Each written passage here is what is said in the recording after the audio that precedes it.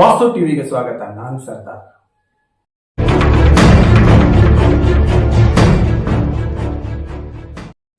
Doctor Baba Saheb Ambedkar ಅವರ ಬಗ್ಗೆ ಅವಹೇಳನಕಾರಿ ಹೇಳಿಕೆ ನೀಡಿದ ಕೇಂದ್ರ ಗೃಹ ಸಚಿವರಾದ ಅಮಿತ್ ಶಾ ರಾಜೀನಾಮೆ ಕೊಡುವ ಕುರಿತು ದಲಿತ ಸಂಘರ್ಷ ಸಮಿತಿ ಭೀಮವಾದ ಜಿಲ್ಲಾ ಘಟಕ ವಿಜಯಪುರದವರು ಹಾಗೂ ಯಲ್ಲಪ್ಪ ವಾಲಿಕಾರ್ ಮತ್ತು ಪರಶುರಾಮ್ ನೀಲ್ನಾಯಕರವರು ಜಿಲ್ಲಾಧಿಕಾರಿಗಳಿಗೆ ಮನವಿ ಸಲ್ಲಿಸಿದ್ದಾರೆ.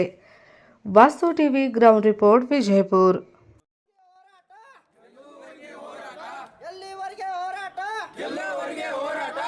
ಡಾಕ್ಟರ್ ಬಿ ಆರ್ ಅಂಬೇಡ್ಕರ್ ಅವರಿಗೆ ಸಂವಿಧಾನ ಶಿಲ್ಪಿ ಡಾಕ್ಟರ್ ಬಿ ಆರ್ ಅಂಬೇಡ್ಕರ್ ಅವರಿಗೆ ದೇಶದ್ರೋಹಿ ಅಮಿತ್ ಶಾಗೆ ದೇಶದ್ರೋಹಿ ಅಮಿತ್ ಶಾಗೆ ಎಲ್ಲಿವರೆಗೆ ಹೋರಾಟ ಎಲ್ಲಿವರೆಗೆ ಹೋರಾಟ ಡಾಕ್ಟರ್ ಬಿ ಆರ್ ಅಂಬೇಡ್ಕರ್ ಅವರಿಗೆ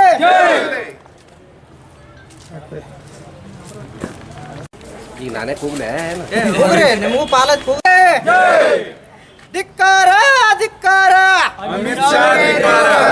ಧಿಕ್ಕಾರ ಧಿಕ್ಕಾರ ಡಾಕ್ಟರ್ ಬಿ ಆರ್ ಅಂಬೇಡ್ಕರ್ ಅವ್ರ ಬಗ್ಗೆ ಅವಹೇಳನಕಾರಿ ಅಮಿತ್ ಶಾಗೆ ಡಾಕ್ಟರ್ ಬಿ ಆರ್ ಅಂಬೇಡ್ಕರ್ ಅವ್ರಿಗೆ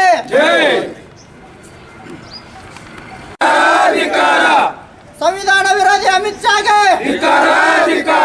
ಡಾಕ್ಟರ್ ಬಿ ಆರ್ ಅಂಬೇಡ್ಕರ್ ಅವರಿಗೆ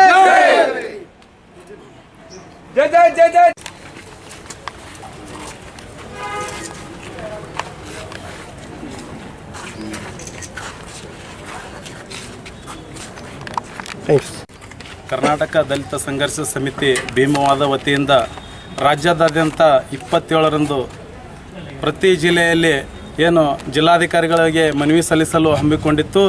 ನಿನ್ನೆ ಚುನಾವಣೆ ಇರುವುದ ಕಾರಣ ಇವತ್ತಿನ ದಿನ ನಮ್ಮ ವಿಜಯಪುರ ಜಿಲ್ಲೆಯಲ್ಲಿ ಹಮ್ಮಿಕೊಂಡಿದ್ದು ಏನು ಚಳಿಗಾಲ ಅಧಿವೇಶನದಲ್ಲಿ ಸಂಸತ್ ಭವನದಲ್ಲಿ ಅಮಿತ್ ಶಾ ಅವರು ಹೇಳಿಕೆ ನೀಡುವುದು ಬಾಬಾ ಸಾಹೇಬ್ ಅಂಬೇಡ್ಕರ್ ಅನ್ನೋದು ಇದೊಂದು ಪ್ಯಾಷನ್ ಆಗಿಬಿಟ್ಟಿದೆ ಅಂತ ಬಾಬಾ ಸಾಹೇಬ್ರ ಬಗ್ಗೆ ಅವಹೇಳನಕಾರಿ ಹೇಳಿಕೆ ನೀಡಿರತಂಥ ಅಮಿತ್ ಶಾ ಅವರಿಗೆ ಇನ್ನೂವರೆಗೂ ಜಿಲ್ಲೆಗಳು ಬಂದಾದವು, ರಾಜ್ಯದಲ್ಲಿ ಉಗ್ರವಾದ ಹೋರಾಟಗಳಾದವು.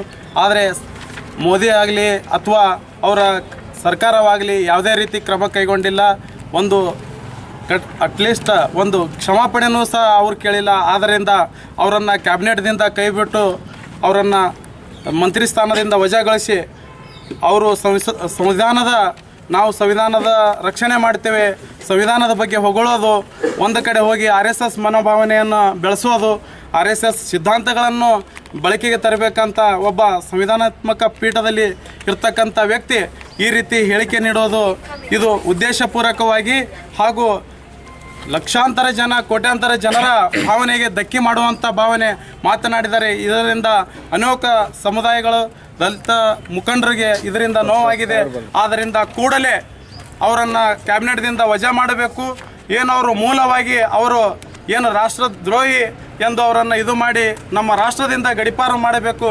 ಯಾಕಂದರೆ ರಾಷ್ಟ್ರದ ನಡೆಯೋದೇ ಸಂವಿಧಾನದ ಮೇಲೆ, ಅದೇ ಸಂವಿಧಾನಕ್ಕೆ ಅಗೌರವ ತೋರೋದು ಬೇರೆ ಯಾವ್ದಾರದು ಕಡೆ ಸಾಧಾರಣ ವ್ಯಕ್ತಿ ಮಾಡಿದ್ರೆ ಅವರಿಗೆ ದೇಶದ್ರೋಹ ಪ್ರಕರಣ ದಾಖಲಿಸ್ತೀರಿ.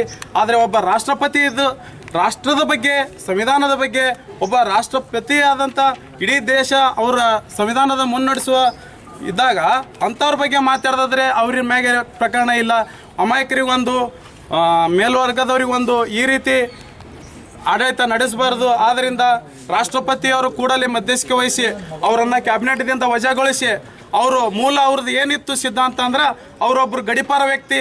ಆದ್ದರಿಂದ ಅವ್ರ ಜಾಗಕ್ಕೆ ಅವ್ರಿಗೆ ವಾಪಸ್ ಕಳಿಸ್ರಿ, ಕ್ಯಾಬಿನೆಟ್ದಿಂದ ಸ್ಥಳ ಮಾಡಿ ಅವರ ಸದಸ್ಯತ್ವ ರದ್ದು ಮಾಡಲಿ ಎಂದು ಈ ಮೂಲಕ ಕರ್ನಾಟಕ ದಲಿತ ಸಂಘರ್ಷ ಸಮಿತಿ ಭೀಮವಾದ ಜಿಲ್ಲಾ ವಿಜಯಪುರ ಸಮಿತಿ ವತಿಯಿಂದ ಒಂದು ರಾಷ್ಟ್ರಪತಿ ಅವರಿಗೆ ಜಿಲ್ಲಾಧಿಕಾರಿಗಳ ಮುಖಾಂತರ ಮನವಿಯನ್ನು ಸಲ್ಲಿಸುತ್ತೇವೆ.